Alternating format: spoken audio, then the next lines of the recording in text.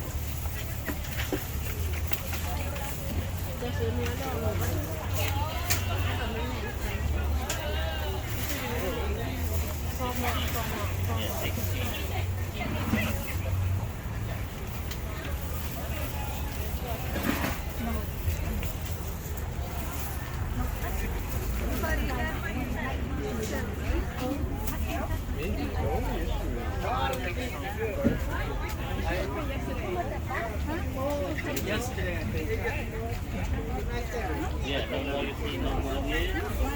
I done. Yeah. Sao mày không cớm đấy? Bán hàng mà không cớm. Không cớm ra. Mà không cớm đâu mà. Bà Mai dạo này bán cho cả cua con khác, bán cho đồ khác, bán không đấy. Cái này xì Apple á. Cái này xì Apple á. Separate.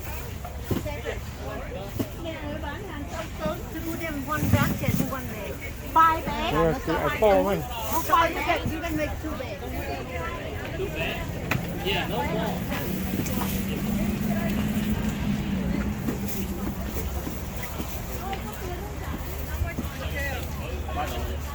Nó có gia vị nữa. Esto no tiene nada. Rồng chuông.